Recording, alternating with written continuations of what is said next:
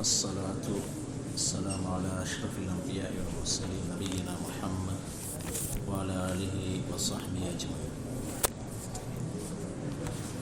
ஒவ்வொரு திங்கட்கிழமையும் இஷாவுடைய தொழுகையை தொடர்ந்து இடம்பெற்று வந்து கொண்டிருக்கக்கூடிய கியாமத் நாளுடைய மறுமை நாளுடைய சிறிய அடையாளங்களுடைய தொடரிலே சென்ற வாரம் மறுமை நாளுடைய சிறிய அடையாளங்களில் ஒன்றாக பாதுகாப்பு, மேலும் செல்வ செழிப்பு பறந்து காணப்படுதல் என்பதை பார்த்தோம். இன்றைய தினம் நாம் பார்க்க இருப்பது மறுமை நாளுடைய சிறிய அடையாளங்களில் ஒன்றாக ஸல்லல்லாஹு அலைஹி வஸல்லம் அவர்களால் குறிப்பிடப்பட்ட ஒன்றுதான் திடீர் மரணங்கள் வெளியாகும். இன்று அதிகமாக உலகத்தில் இடம்பெற்று கொண்டிருக்கக்கூடிய ஒன்றுதான் திடீர் மரணமாகும். திடீர் மரணங்கள் சமூகத்தில் அதிகமாக இடம்பெறுவது மறுமை நாளுடைய அடையாளம் என்று ஸல்லல்லாஹு அலைஹி வஸல்லம் அவர்களால் குறிப்பிடப்பட்டுள்ளது. இந்த திடீர் மரணம் ஒன்று ஹார்ட் அட்டாக்கின் காரணத்தினால், அல்லது பிரெயினில் ஏற்படக்கூடிய அந்த ஸ்ட்ரோக்கின் காரணத்தினால், அல்லது விபத்தின் காரணத்தினால், அல்லது விமானத்திலிருந்து கீழே விழுவதன் மூலமாக, இவ்வாறு இந்தந்த காரணங்கள் ஊடாக இந்த திடீர் மரணம் என்பது இடம்பெற்று கொண்டிருக்கின்றது. ஹஸரத் அனஸ் ரலியல்லாஹு அன்ஹு அவர்களுடைய அறிவிப்பு, இமாம் தபரானி ரஹ்மஹுல்லாஹ் அவர்களுடைய சகீர்ல அவுசத்ல ஹசனான அறிவிப்பாளர் தொடர் வழியாக இந்த செய்தியை பதிவு செய்துள்ளாங்க. ஸல்லல்லாஹு அலைஹி வஸல்லம் அவர்கள் குறிப்பிட்டுள்ளார்கள், இன்ன மின் அமாராத்தி ஸாஅ ஐயம்ஹர மௌத்துல் ஃபுஜா. மறுமை நாளுடைய அடையாளங்கள் என்றும் உள்ளதுதான் திடீர் மரணங்கள் வெளியாகுவது, தோன்றுவது என்று ஸல்லல்லாஹு அலைஹி வஸல்லம் அவர்கள் குறிப்பிட்டுள்ளார். முன்னால் வாழ்ந்த காலங்களிலே ஒரு மனிதர் மரணிப்பதற்கு முன்னால் என்னுடைய மரணம் நெருங்கிவிட்டது என்பதை சில விடயங்களை வைத்து, அறிகுறிகளை வைத்து அவரால் உணர்ந்து கொள்ள முடியும். அவர் உணர்ந்து கொள்வார். நீண்ட காலம் நோய்வாய்ப்பட்டிருப்பார். மேலும் இந்த நோய் மரணத்துக்கான அறிகுறி என்பதை சில வேளை அவர் அறிந்து கொள்வார். உடனடியாக அவர் மரண சாசனத்தையும் எழுத ஆரம்பிப்பார். தன்னுடைய உறவினர்களுக்கு பிரியாவடை சொல்ல ஆரம்பிப்பார்.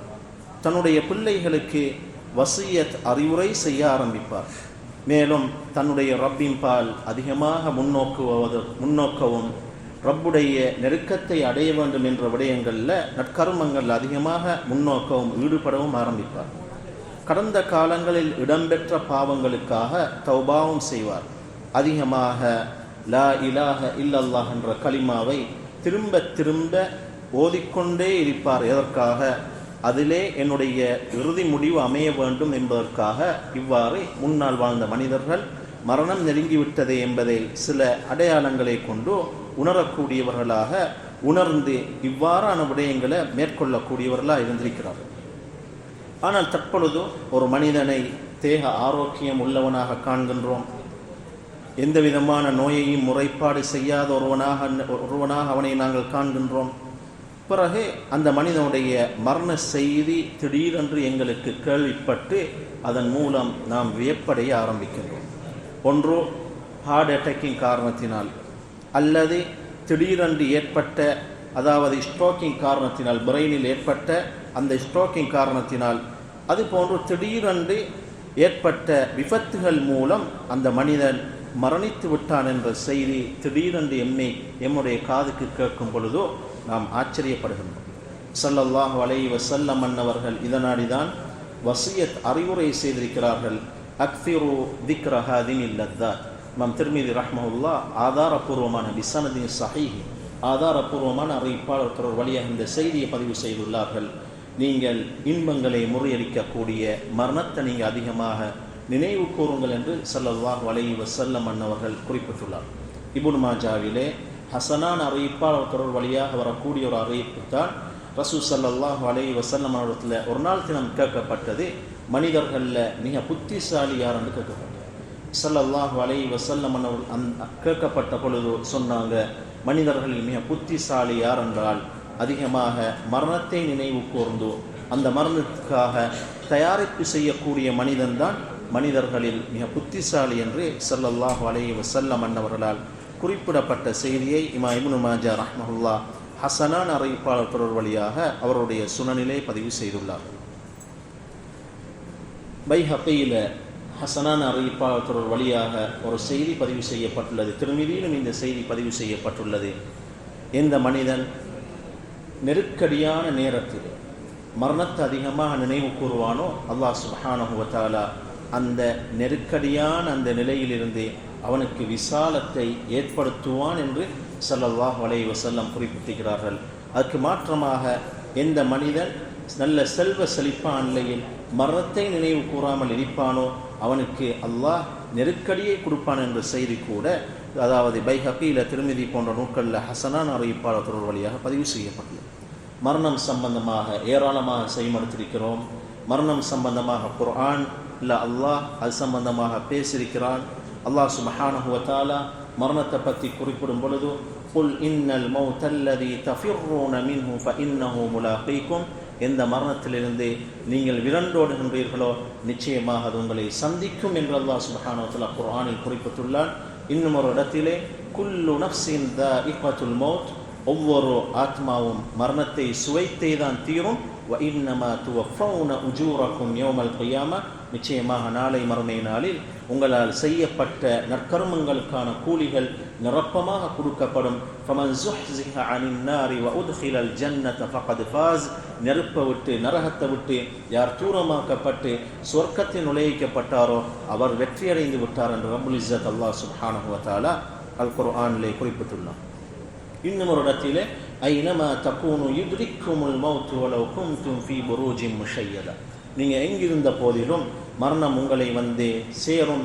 நீங்கள் மிக்க உறுதியுடன் கட்டப்பட்ட கோட்டைகளுக்குள் இருந்தாலும் மரணம் உங்களை வந்து சேரும் என்று கூட அல்லாஹ் சுப்ஹானஹு வ தஆலா குர்ஆனிலே குறிப்பிட்டுள்ளான்.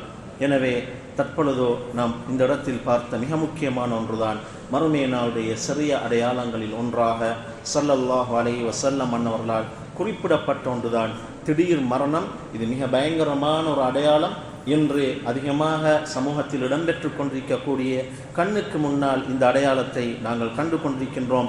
எனவே ஒரு புத்திசாலி எப்பொழுதும் அவன் விழிப்புடன் இருப்பது அவசியமாகும். மேலும் மரணத்துக்கு தயாராக இருப்பதும் அவசியமாகும். அல்லாஹ்வை சந்திப்பதற்கு தயாராக இருப்பதும் அவசியமாகும்.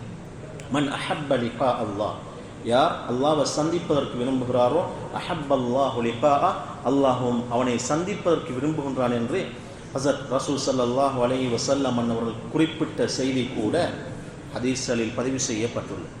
அல்லாஹ் சுப்ஹானஹு வ தஆலா குர்ஆனில் நாம் ஒவ்வொரு வெள்ளிக்கிழமையும் பகலுடைய வேளையில் அல்லது இரவுடைய வேளையில் ஓதக்கூடிய ஒரு சூரா தான் சூரத்துல் கஹ்ஃப். அல்லாஹ் சுப்ஹானஹு வ தஆலா அந்த சூரத்துல் கஹ்ஃபுடைய இறுதியை ஒரு அழகான ஒரு அறிவுரையை கொண்டு அல்லாஹ் முடிக்கிறான். ஃபமன் கான யர்ஜூ லிகாஅ ரப்பி, யார் தன்னுடைய ரப்பை சந்திக்க வேண்டும் என்ற ஆதரவு வைக்கிறாரோ அவர் ரெண்டு விஷயங்களை செய்யட்டும் என்று அல்லாஹ் சொல்றான். முதலாவது விஷயம் ஃபல்யஅமல் அமலன் ஸாலிஹா, நற்கர்மங்கள் அவர் செய்து கொள்ளட்டும்.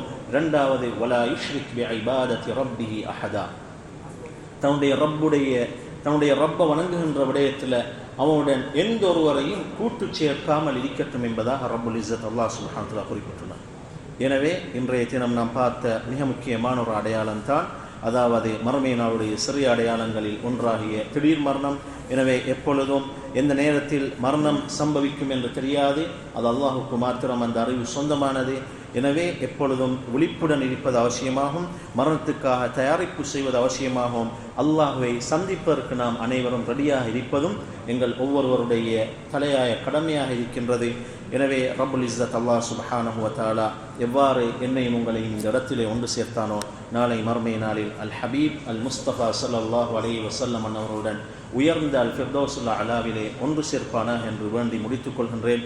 இன்ஷா அல்லாஹ் எதிர்வரக்கூடிய திங்கட்கிழமை இஷாவுடைய தொழுகை தொடர்ந்து மறுமை நாளுடைய சிறிய அடையாளங்களுடைய இந்த தொடருடைய அடுத்த தலைப்பை இன்ஷா அல்லாஹ் பார்ப்போம். சுப்ஹானக்கல்லாஹி பிஹம்திக் அஷ்ஹது அல்லா இலாஹா இல்லா அன்த அஸ்தக்ஃபிருக வ அத்தூபு இலைக்.